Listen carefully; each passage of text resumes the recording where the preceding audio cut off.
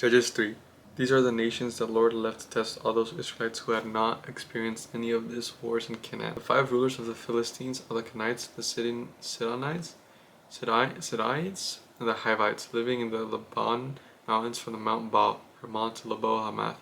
They were left to test the Israelites to see whether they would obey the Lord's command, which he had given their ancestors through Moses. The Israelites lived among the Kenites, Hittites, Amorites, Perizzites, Hivites, and Jebusites. They took their daughters in marriage and gave their own daughters to their sons and served their gods. Othniel. The Israelites did evil in the eyes of the Lord. They forgot the Lord their God, and they served the Baals and the Asherahs. The anger of the Lord burned against Israel, so that he sold them into the hands of Cushan Rishathaim, king of Aram, to whom the Israelites were subject for 8 years. But when they cried out to the Lord, he raised up for them a deliverer, Othniel son of Kenaz, Caleb's younger brother, who saved them. The Spirit of the Lord came on him, so that he became Israel's judge and went to war. The Lord gave Cushan Rishathaim, king of Aram, into the hands of Othniel, who overpowered him. So the land had peace for 40 years, until Othniel son of Kenaz died. Ehud against the Israelites did evil in the eyes of the Lord. And because they did this evil, the Lord gave Eglon, king of Moab, power over Israel, getting the Ammonites and the Amalekites to join him. Eglon came and attacked Israel, and they took possession of the cities of palms. The Israelites were subject to Eglon, king of Moab, for 18 years. Again the Israelites cried out to the Lord, and he gave them a deliverer.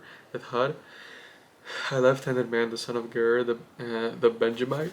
The Israelites sent him with tribute to Eglon, king of Moab. Now Ehud had made a double-edged sword about a cubit long, which he strapped to his right thigh under the clothing. He presented the tribute to Eglon, king of Moab, who was a very fat man.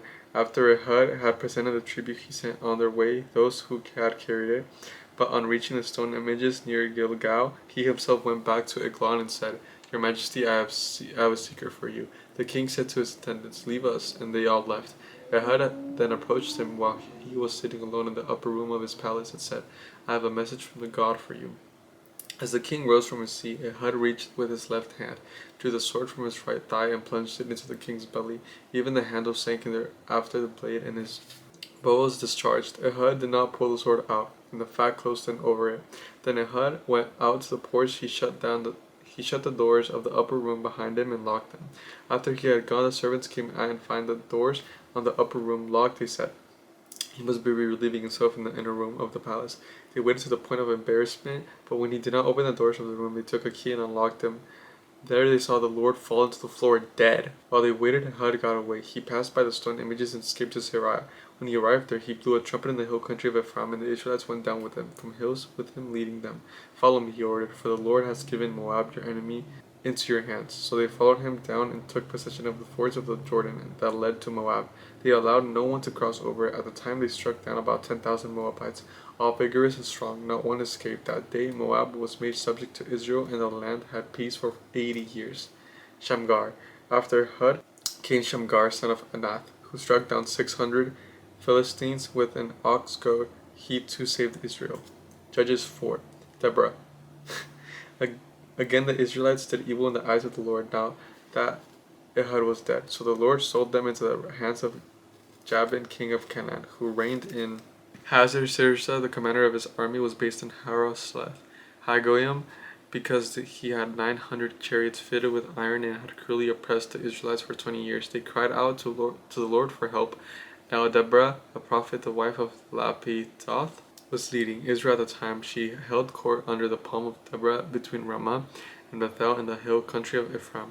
And the Israelites went up to her to have her disputes decided. She sent for Barak, son of Abinam, from Kadesh in the Naphtali, and said to him, "The Lord, the God of Israel, commands you, go take with you 10,000 men of Naphtali and Zebulun, and lead them up to Mount Tabor. I will lead Sisera, the commander of Jabin's army, with his chariots and his troops to the Kishon River, and give him into your hands." Barak said to her, "If you go with me, I will go, but if you do not go with me, I won't go." "Certainly I will go with you," said Deborah, "but because of the course you are taking, the honor will not be yours, for the Lord will deliver Sisera into the hands of the woman." So Deborah went with Barak to Kadesh.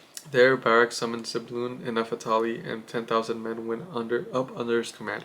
Deborah also went up under him.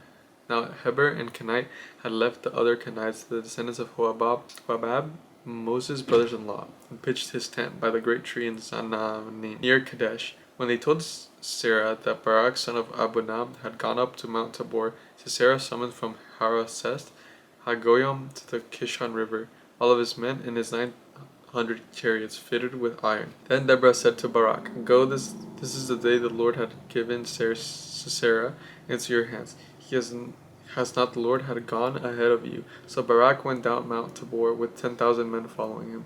At Barak's advance, the Lord routed Sisera and all of his chariots and army by the sword, and Sisera got down from his chariot and fled on foot. Barak pursued the chariots and army as far as the Harosheth Hagoyim, and all the Sisera's troops fell by the sword.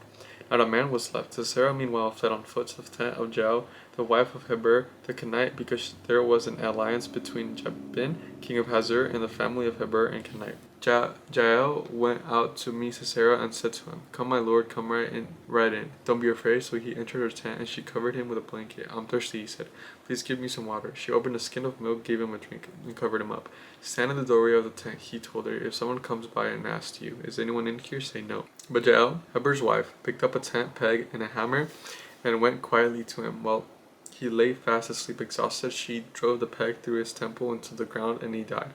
Just then Barak came up in pursuit of Sisera, and Jael went out to meet him. "Come," she said, "I will show you the man you were looking for." So he went in with her, and there lay Sisera with a tent peg through the temple, dead. On the day subdued Jabin, king of Canaan, before the Israelites, and the hand of the Israelites pressed harder and harder against Jabin, king of Canaan, until they destroyed him. But why is everyone dying? Oh my gosh. Okay, but I'll catch you guys tomorrow.